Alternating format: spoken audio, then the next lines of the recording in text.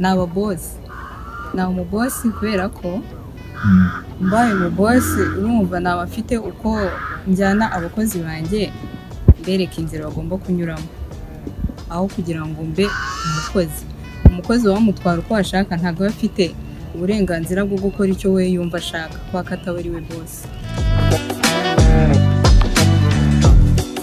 Imbaraga numva nakifuza kugira ni nko kureba mu mutwe w'umuntu muri mind y'umuntu hajya nsoma ibintu birimo kuko ari igihe nk'umuntu muba muri kumwe cyangwa muri kuganira nyine ukibaza nk'ikintu arimo aragutekerezaho urumva nizo mbaraga zo kureba mu mutwe w'umuntu.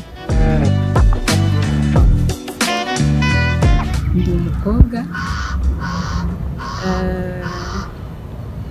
nkunda guseka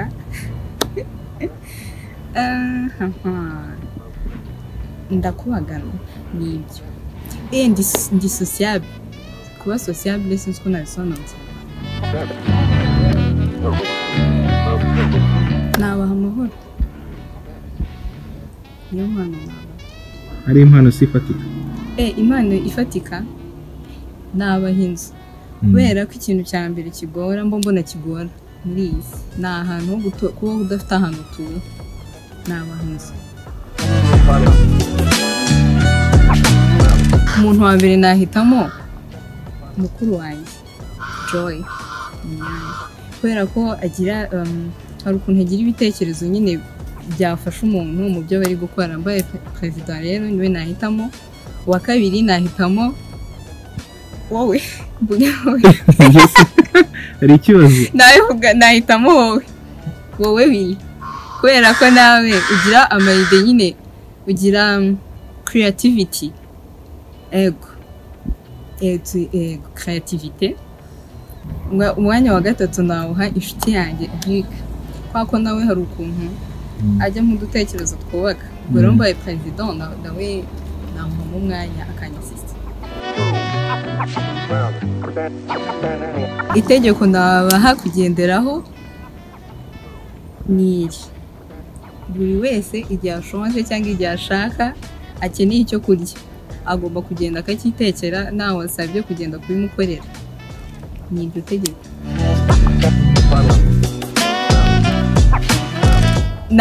Nago nahitamo igihugu kiri hanze nahitamo mu Rwanda.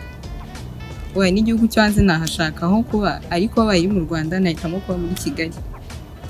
Abaye ari hanze yawe ni muri Amerika. Ikintu nize mu buzima numva gifite akamaro ni ukwihangana kuko naje gusanga umuntu atihanganye azatuma.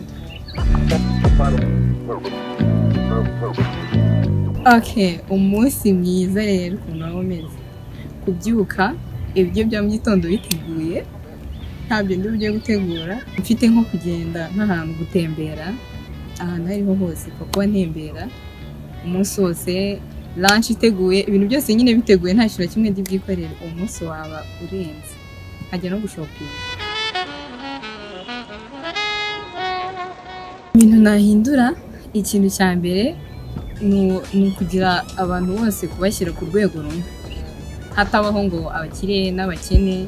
Ikintu cya kabiri nahindura ni kubyerekeranye no kwiga nyine abanyeshuri bakazajya biga bakiga hatabaho ngo ibintu byo gusibira ibintu nk'ibyo. Nta kindi kintu nahindura n'ibyo gusa. Umuntu wa mbere nakwifuza gusangira nawe ni Dajo. Uwa kabiri ni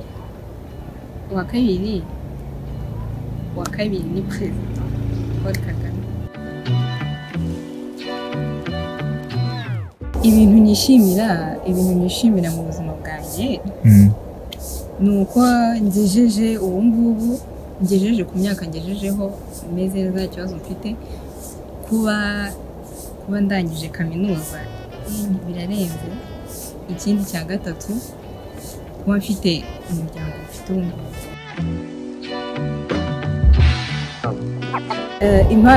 Impano numva nagira ntafite ubungubu ni ukuririmba.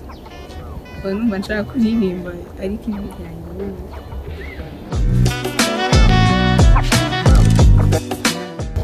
ibintu numva biri ngombwa kuba wabaho mu buzima umeze neza. Icya mbere ni uburezi, education. Hanyuma icya kabiri numva ari amafaranga, kuko ubuzima burahenda kugira ngo bubeho neza, n'amafaranga nayo aba akenewe.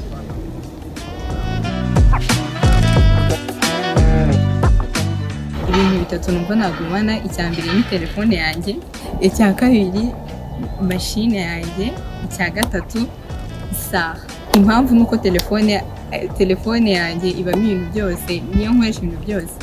Niyo ibindi byose byandika kuri telefone cyangwa mashine nayo ndayikoresha ibintu byinshi, kwiga, akazi, filime, ibintu byinshi. Hanyuma isaha nayo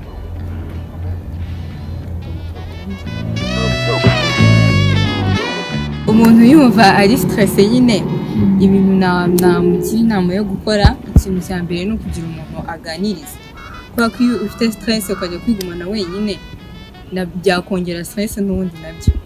Ikindi cya kabiri ni ukumva indirimbo nyine akarelaxinga nyine. Icya gatatu ni ugushaka ikintu kimwokipayinga nyine kimuhuza, nko gushaka imikino akina, kureba filime n'ibindi. Akazi numva gakomeye ni ako kwikorera. Barumva gakomeye cyane kubera ko bari abantu bikorera, mbona atajya ahitamo ngo ibintu biraremereye cyane cyangwa ngo ibi biroroshye. Mbona rero ariko kazi gakomeye, kwikorera imizigo. Urukundo ni ibyiyumviro umuntu yigirira cyangwa agirira undi muntu cyangwa abantu benshi, akumva abiyumvishemo cyangwa arabishimiye. Amafaranga ntabwo yagura ibyishimo, ntabwo bibaho, kubera ko ushobora gutunga amafaranga arenze menshi, ariko ukabaho utishimye mu buzima, kuko n'ubundi yenda udafite umuryango, yenda udafite inshuti, ariko ufite ayo mafaranga. Urumva ko amafaranga ntabwo yagura ibyishimo. Mbaye umuntu uzwi, uwo nakifuza kuba naba ndiwe, naba ndi umwactrice, umukinnyi, nicyo nakumva nagishobora. Umukinnyi w'amafilme. Ubonye amafaranga ntigeze nkorera mu buzima, ikintu nayakoresha nayarya koko nyine, nayakoresha ibintu byose numva nkeneye, namara kwihaza mu byo nkeneye nkayafashishamo n'abandi, cyane cyane abantu badafite aho kuba. Ikintu ntinya igikoko icyo ari cyo cyose, niyo yaba ari urushishi, upfa kuba ari igikoko, ndabitinya cyane.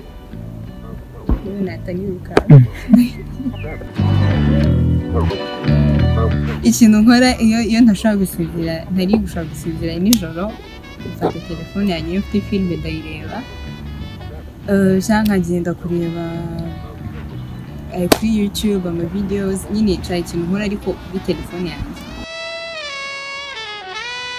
Ingeso mbi ngira numva bishoboka nareka ni ugusekana. Nkunda guseka umuntu niyo yaba ari kundeba, nyine nkamubona nk'ikintu nkahita museka, kandi ntabwo ari byiza. Nkunda gusekana, barumva bihenze.